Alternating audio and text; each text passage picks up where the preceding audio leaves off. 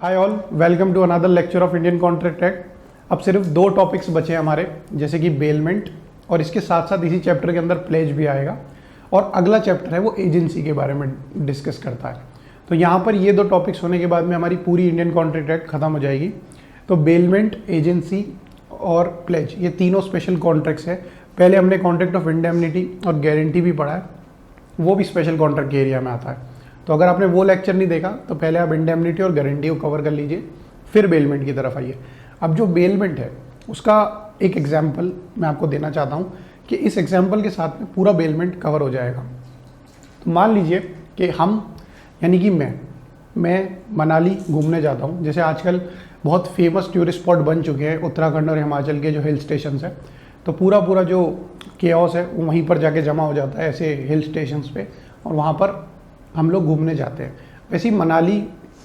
पे मैंने प्लान बनाया, अपनी छुट्टियाँ ली और फिर मैं वहाँ पर मनाली घूमने गया। अब वहाँ पर मैं गया तो अपनी कैब से गया था, यानी कि मैंने कैब ली थी वहाँ पर।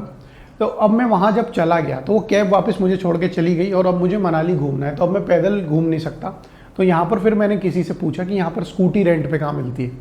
तो मैं एक स्कूटी रेंट वाली शॉप पे गया, वहाँ पर मैंने उनसे पूछा कि सर इसकी स्कूटी की प्राइस क्या है। तो उन्होंने बोला 500 रुपये पर डे।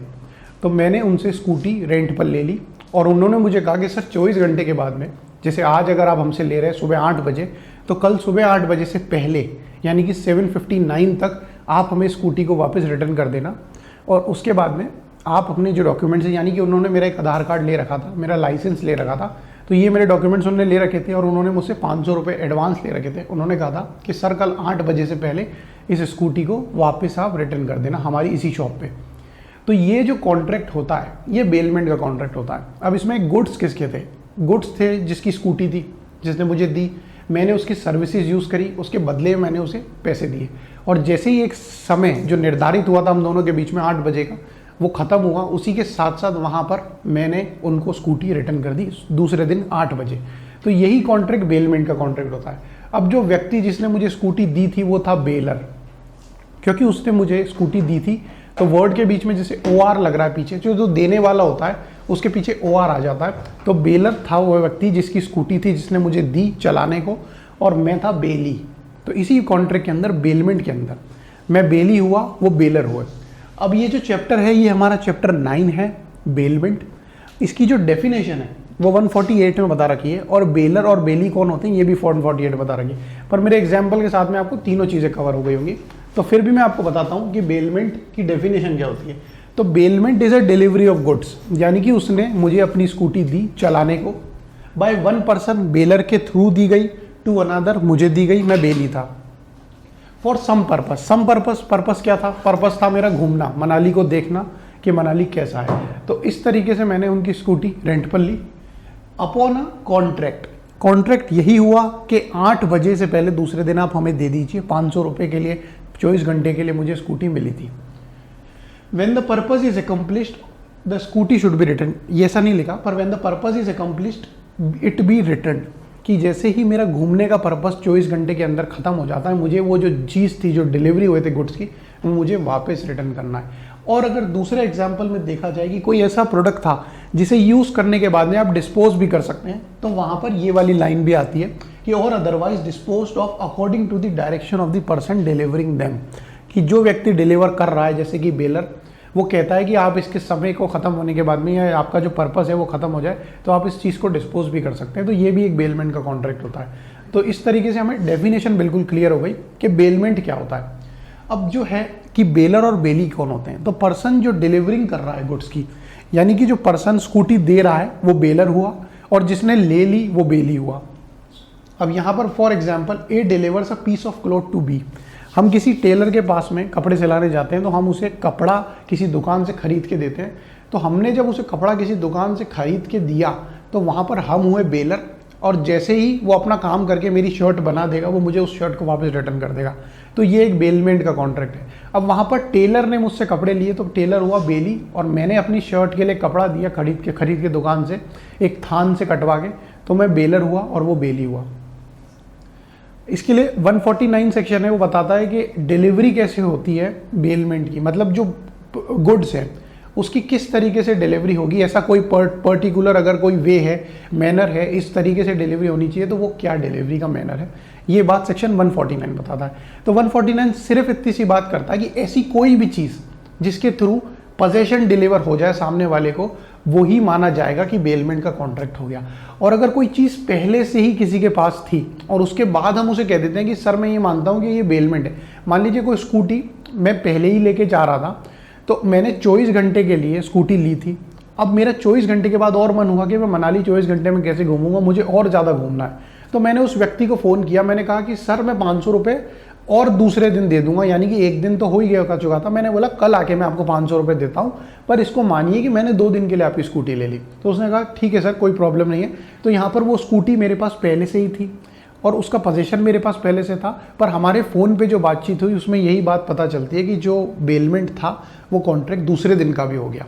तो यही वाली बात है कि किसी भी तरीके से अगर पोजीशन सामने वाले पार्टी के पास ट्रांसफ़र हो जाता है या पहले से ही पोजीशन है और हम उसे बेलमेंट की तरह मानते हैं, तो फिर वो बेलमेंट होगा। पर सिर्फ कस्टडी में होना बेलमेंट नहीं होता। अब मान लीजिए मुझे घूमना था, बहुत सारी स्कूटीज एक दुकान के बाहर खड़ी थी जो रेंट करते थे,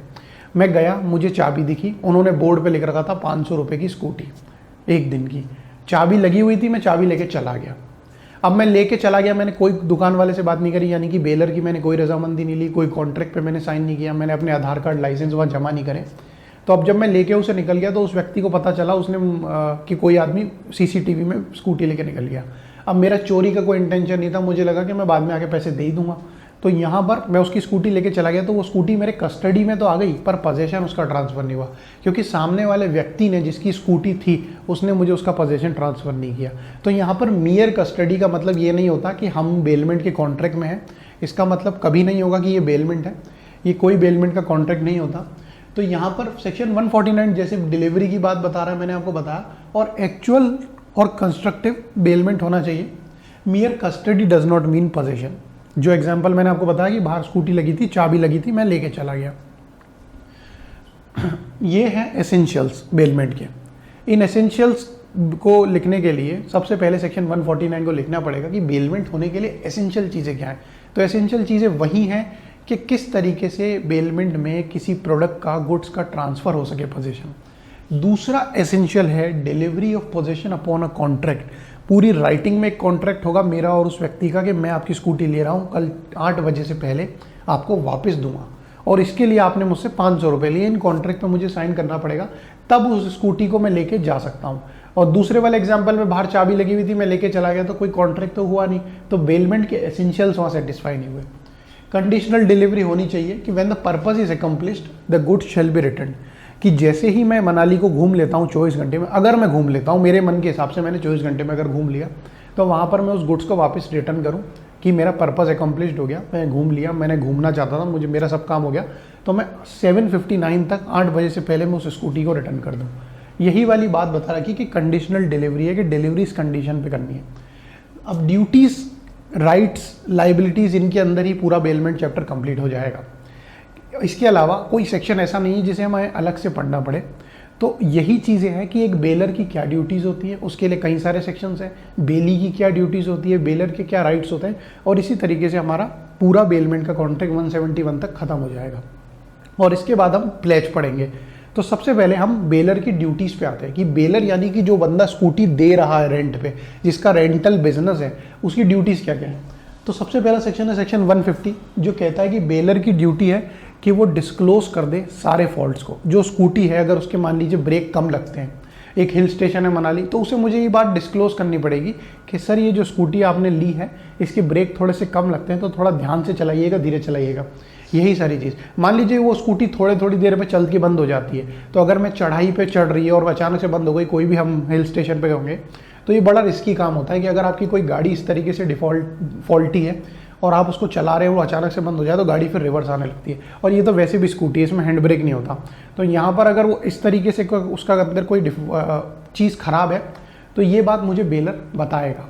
ये उसकी ड्यूटी है कि वो मुझे डिस्क्लोज करेगा ऐसे फैक्ट जो चीज़ मटेरियली इंटरफेयर कर रही है हमारे कॉन्ट्रैक्ट में। एक स्कूटी के ब्रेक खराब होना ये बहुत इंपॉर्टेंट एसेंशियल चीज़ है जो उसे मुझे हमें बतानी पड़ेगी, डिस्क्लोज करना पड़ेगा at the time of contract. और इसके बाद में जो दूसरा पैराग्राफ है वो हायरिंग के बारे में बात कर रहा है, यानी कि हमारी ही चीज़ जो एग्जाम्पल हम लेके चल रहे हैं उसके अंदर, कि अगर कोई चीज़ हायर्ड करने के लिए दे रखी है, यानी कि उसने स्कूटी का रेंटल बिजनेस चालू कर रखा है, यानी कि उसने चीज़ें किराए पे देने के लिए चालू कर रखी है, तो भले ही उसको नॉलेज है या नहीं है कि मेरी इस स्कूटी का ब्रेक खराब है या नहीं, इसकी वजह से अगर कोई मुझे लॉस होता है तो फिर वो कंपनसेशन देगा, क्योंकि उसकी जिम्मेदारी है, नैतिक जिम्मेदारी है कि अगर उसके पास 50 स्कूटी है तो 50 स्कूटी के अंदर क्या क्या प्रॉब्लम्स है, अगर है तो ठीक करा, और अगर ठीक नहीं हो पा रही तो जो भी व्यक्ति रेंट पे लेने आ रहा है उसे बताओ कि इस पर्टिकुलर स्कूटी में ये वाली प्रॉब्लम है। तो यहाँ पर अगर कोई हायरिंग के लिए है तो उनको नॉलेज है या नहीं है, पर वो लायबल होंगे अगर उसकी वजह से कोई लॉस हो जाता है सामने वाले को।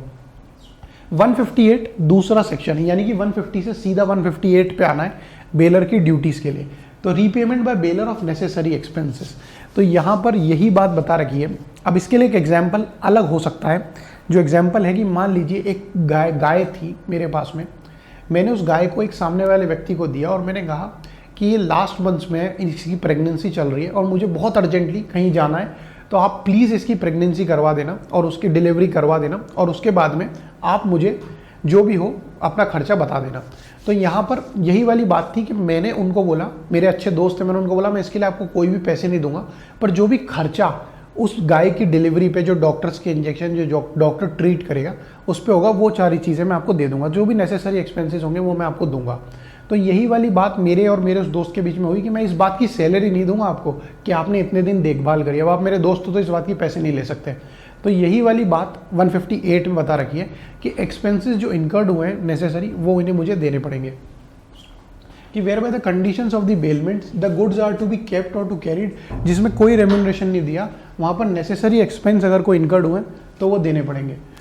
अब जो आखिरी सेक्शन है ड्यूटीज़ के बारे में, वो 168 सेक्शन है, जो बता रहा है कि right of finder of goods, कि जो गुड्स किसी को रोड पे राह चलते मिल जाते हैं, उनका राइट्स होता है, वो फाइंडर होते हैं ऐसे गुड्स के,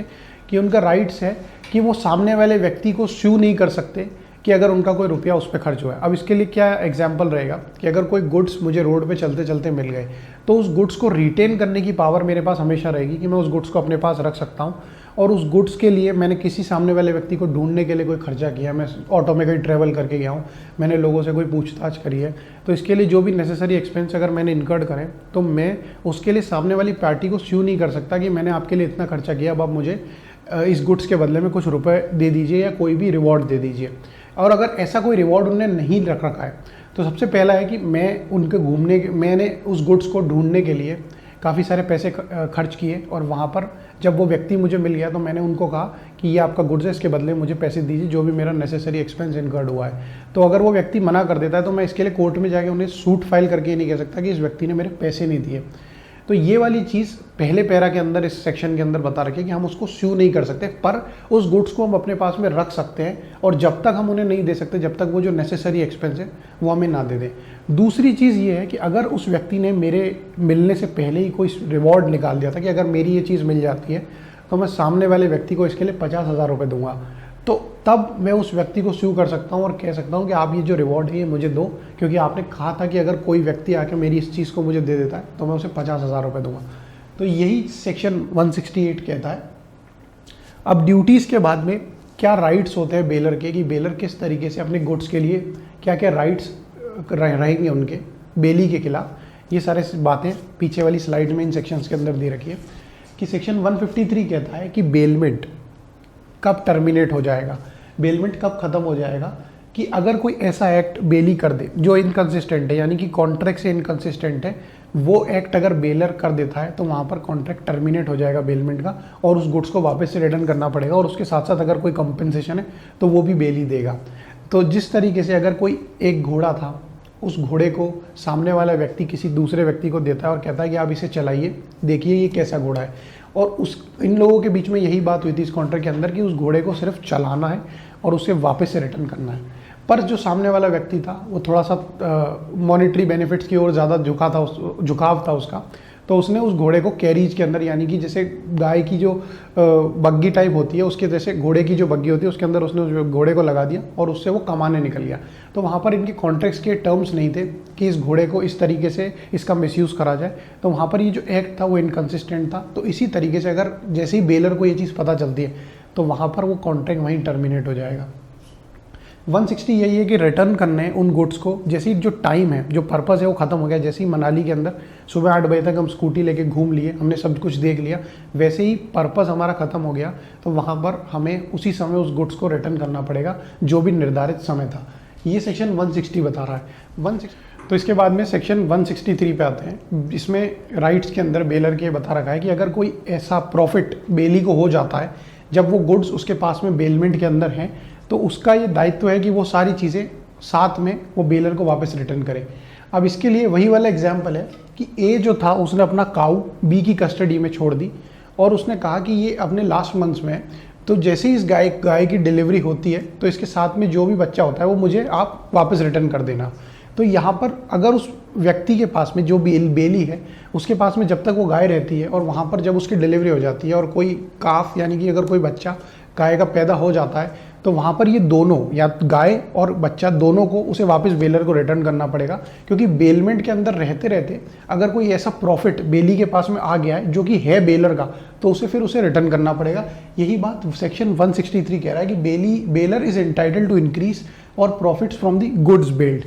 सेक्शन 180 राइट्स के अंदर बेलर का आखिरी सेक्शन है जो बताता है कि सूट बाय बेलर और बेली अगेंस्ट रॉन्ग डूअर, कि जब भी कोई गुड्स अगर बेलमेंट में है तो वो साफ बात है कि बेली के पास में होंगे और उसको कोई थर्ड पार्टी अफेक्ट करने के लिए आ जाती है। जो स्कूटी थी वो खड़ी हुई थी, किसी व्यक्ति ने जाके उस स्कूटी पे ठोक दिया, उस स्कूटी को नुकसान पहुंचा दिया, हवा निकाल दी, फॉर एग्जांपल ऐसी चीज़ें अगर कुछ भी चीज़ कर दी और वो स्कूटी थी किसके पास में, बेली के पास में, कि वो स्कूटी को लेके मनाली में घूम रहा था, तो वहाँ पर बेली के पास में भी ये राइट है कि वो कोर्ट में जाके सूट फाइल कर सकता है उस थर्ड पर्सन के खिलाफ, जैसे बेलर के पास में राइट है कि वो भी जा सकता है और सूट फाइल कर सकता है कोर्ट में उस थर्ड पर्सन के खिलाफ। तो यहाँ पर वही बात बता रखी है कि बेलर और बेली दोनों का राइट है कि वो जाके कोर्ट में सूट फाइल कर सकते हैं।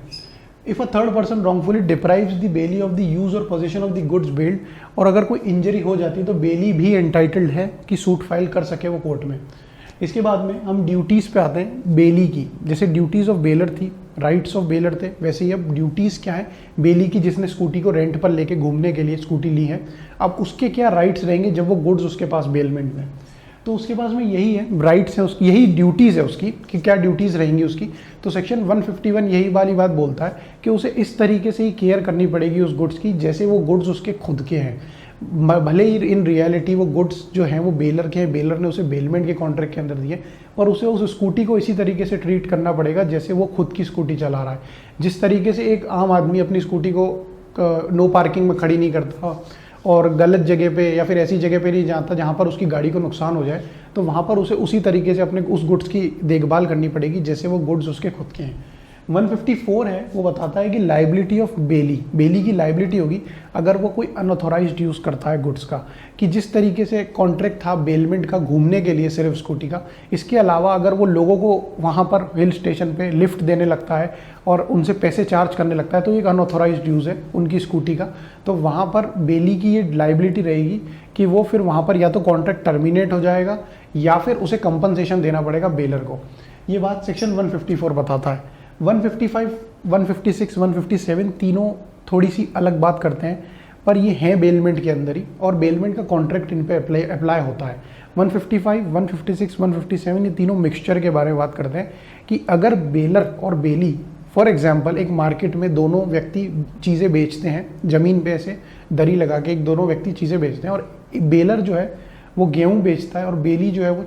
चावल बेचता है, तो आपस में दोनों आसपास बैठे हैं और ये चीज़ें बेच रहे हैं। तो यहाँ पर मान लीजिए कि अगर बेलर और बेली आपस में एक कॉन्ट्रैक्ट करते हैं और इसमें कंसेंट है बेलर का कि आपके पास में जो गुड्स हैं, यानी कि जो गेहूं है बेलर के पास में और जो चावल है बेली के पास में, इन ये दोनों को मिक्स करके ये फिर इसे मार्केट में बेचेंगे। तो यहाँ पर 155, 156, 157 इन्हीं मिक्सचर्स के बारे में बात कर रहा है कि अगर बेली कंसेंट से बेलर के ऐसे कोई गुड्स हैं जिनको मिक्स कर लेता है, तो यहाँ पर जो अगर बाद में वो सारे गेहूं और चावल जब मिक्स हो गए और वो रात भर में पूरे बिक गए, तो जो भी प्रॉफिट होगा या जो भी पैसे होंगे वो उनके अंदर जिस प्रपोर्शन में डिवाइड होंगे ये वो पहले ही फिक्स कर लेंगे। तो यहाँ पर यही वाली बात है कि अगर बेलर के कंसेंट से बेली ने इन चीज़ों को मिक्स करा है और फिर बेचा है, तो इनका जो प्रॉफिट का रेशियो होगा ये उनके शेयर के हिसाब से होगा कि कितने किलो चावल थे और कितने किलो गेहूँ थे, इस हिसाब से उनके प्रॉफिट के अंदर रेशियो रहेगा to the proportion of their respective shares. 156 जो है और 157 ये दोनों ही विदाउट कंसेंट की बात करता है कि बेलर अगर कहीं घूमने गया था कुछ घंटे के लिए और उसका सामान वहीं था और बेली ने उससे बिना पूछे बिना उसके कंसेंट से दोनों चीज़ों को मिक्स कर दिया, और जब बेलर वापस से रिटर्न आया वापस अपनी दुकान पे तो उसे लगा कि यार ये बात गलत हुई। तो यहाँ पर अगर वो चीज़ सेपरेट करी जा सकती है, जैसे कि गेहूँ और चावल को सेपरेट करना नेक्स्ट टू इम्पॉसिबल टास्क है, पर अगर किसी भी प्रोसेस से कोई गुड्स थे, कोई और गुड्स थे जो कि सेपरेट करे जा सकते थे, जैसे गाय और घोड़े, इन दोनों को अगर साथ में चराने कोई व्यक्ति ले जाता है तो इन दोनों चीज़ों को हम अलग कर सकते हैं। तो यहाँ पर जो भी खर्चा उन चीज़ों को अलग करने में आएगा वो बेली देगा। तो यहाँ पर यही वाली बात है कि अगर बिना कंसेंट के बेली ने ऐसा कुछ काम किया है तो वहाँ पर अगर वो चीज़ सेपरेबल है, यानी कि हम उसे सेपरेट कर सकते हैं, डिवाइड कर सकते हैं, तो यहाँ पर बेली के ऊपर लायबिलिटी रहेगी कि वो बेलर को इस बात के पैसे ना दे, तो भी उन चीज़ों के अंदर जो उन चीज़ों को सेपरेट करने में खर्चा आएगा वो बेली बेयर करेगा। 157 सेक्शन जो है वो यही वाली बात बोलता है कि विदाउट कंसेंट अगर बेलर के ऐसी कोई चीज़ होती है, जो भी 156 भी कह रहा है, यहाँ तक 156 157 दोनों सेक्शन सेम है, पर 157 सेक्शन ये कहता है कि अगर वो चीज़ बाद में सेपरेबल नहीं है, डिवाइड नहीं हो सकती, जैसे कि चावल और गेहूं को मिक्स करना बहुत इम्पॉसिबल है, तो यहाँ पर वही वाली बात होगी कि जो भी कंपनसेशन होगा वो बेली फिर बेलर को देगा।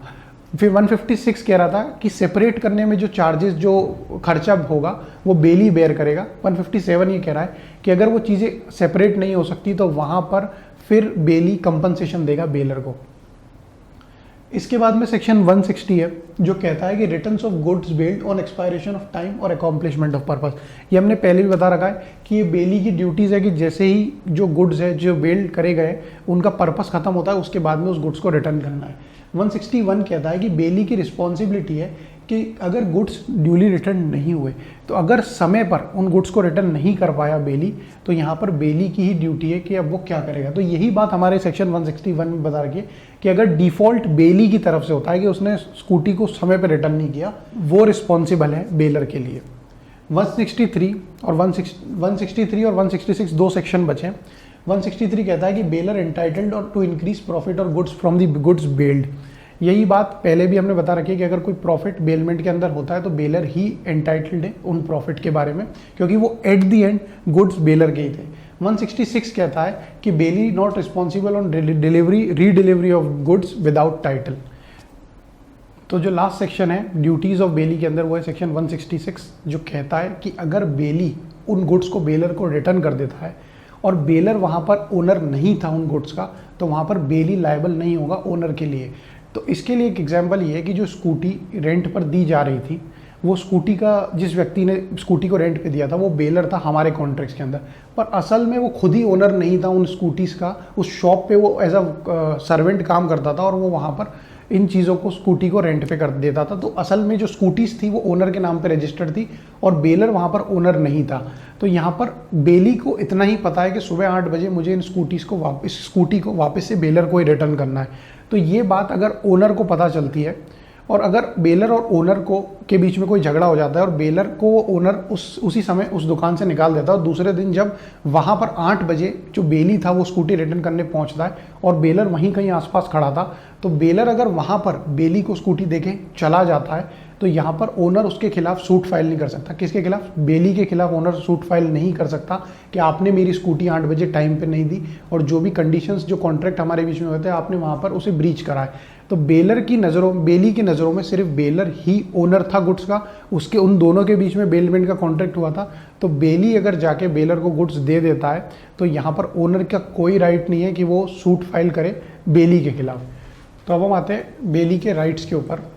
बेली का राइट सबसे पहले सेक्शन 164 के अंदर बता रखा है कि बेलर की रिस्पॉन्सिबिलिटी है बेली को कंपनसेशन देना, कि अगर जब भी गुड्स बेलमेंट में थे और बेली को कोई लॉस हो जाता है वहाँ पर उस गुड्स की वजह से, तो वहाँ पर बेलर कंपनसेशन देगा बेली को। 150 बताता है कि बेलर की ड्यूटी है कि वो सारे गुड्स के बारे में डिस्क्लोज करे अगर कोई भी ऐसा फैक्ट है जो मटेरियली इंटरफेयर करेगा गुड्स के बेलमेंट पे। जिस तरीके से जैसे स्कूटी के ब्रेकिंग सिस्टम में अगर कोई प्रॉब्लम है तो बेलर की ड्यूटी है कि वो इन गुड्स के फॉल्ट के बारे में डिस्क्लोज करे उसी समय बेली को जब वो कॉन्ट्रैक्ट करने आया है। Repayment by bailor of necessary expenses, कि अगर कोई नेसेसरी एक्सपेंस बेली को इनकर्ड हुए हैं, जैसे कि वो काऊ और काफ वाला जो एग्जाम्पल था, तो वहाँ पर जो देखभाल में खर्चा हुआ है वहाँ पर बेलर वो नेसेसरी एक्सपेंसेस बेली को देगा।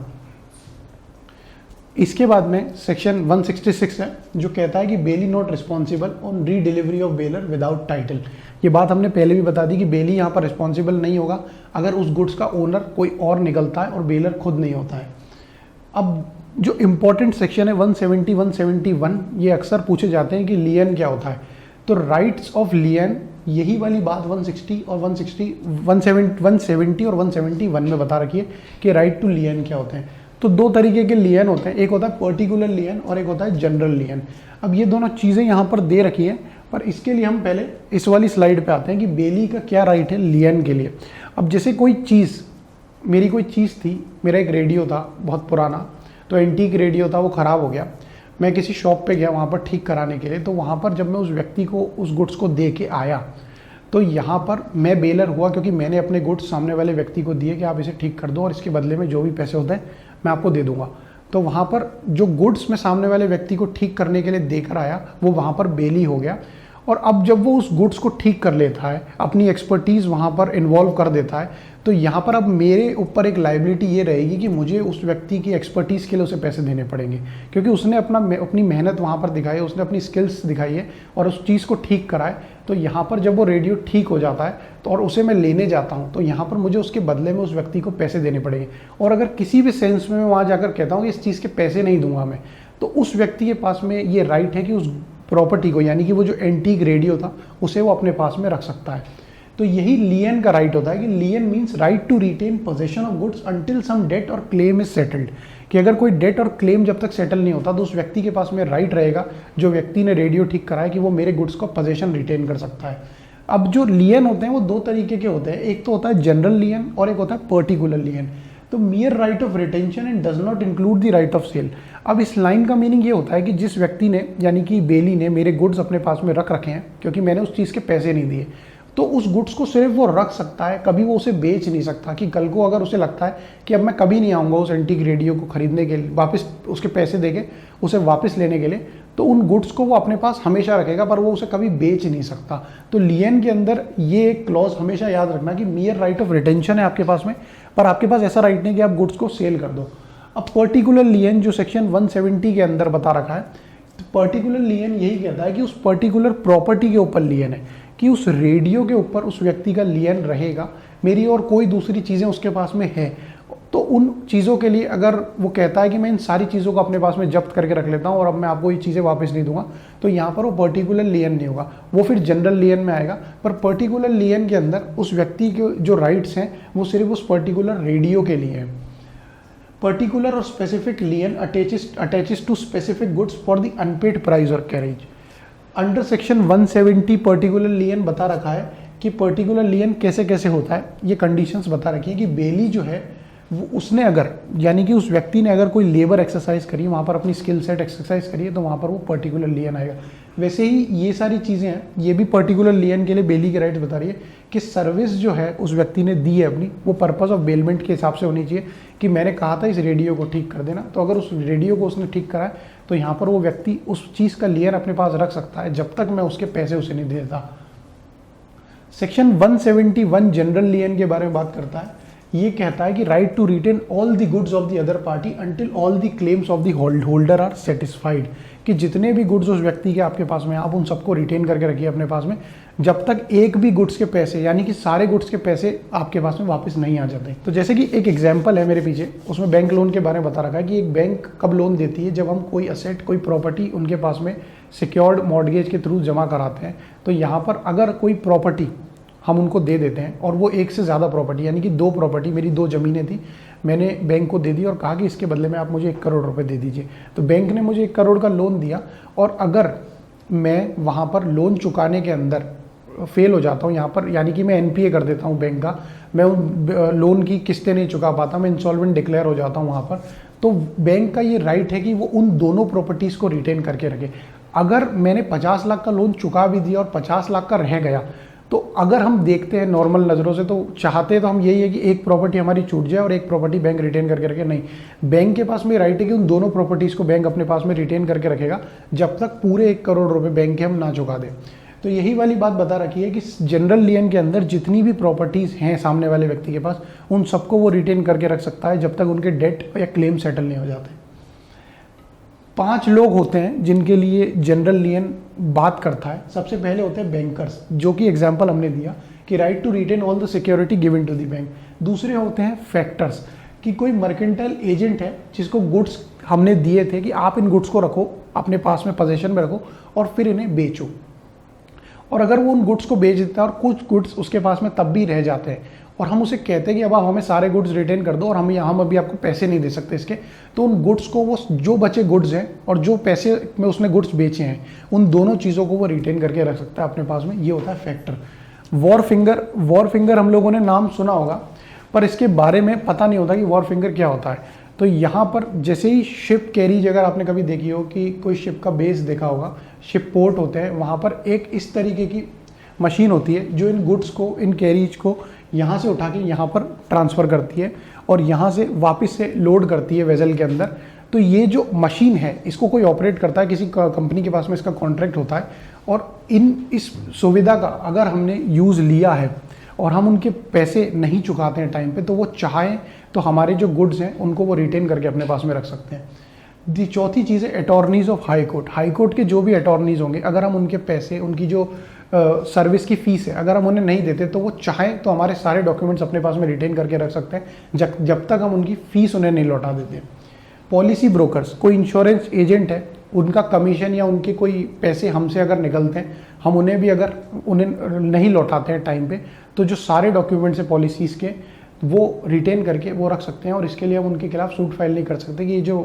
प्रॉपर्टी के पेपर्स हैं या जो भी इंश्योरेंस के पेपर्स हैं उन्होंने हमारे रिटेन करके रख रखे हैं। ये जनरल लियन है उनका कि हम उन्हें उनकी फ़ीस या उनका कमीशन दे दें और उसके बाद में जो प्रॉपर्टी हमारी उनके पास में वो हमें इसके बदले में रिटर्न कर दें। तो यहाँ पर सेक्शन 171 के साथ हमारा बेलमेंट का जो कॉन्ट्रैक्ट है,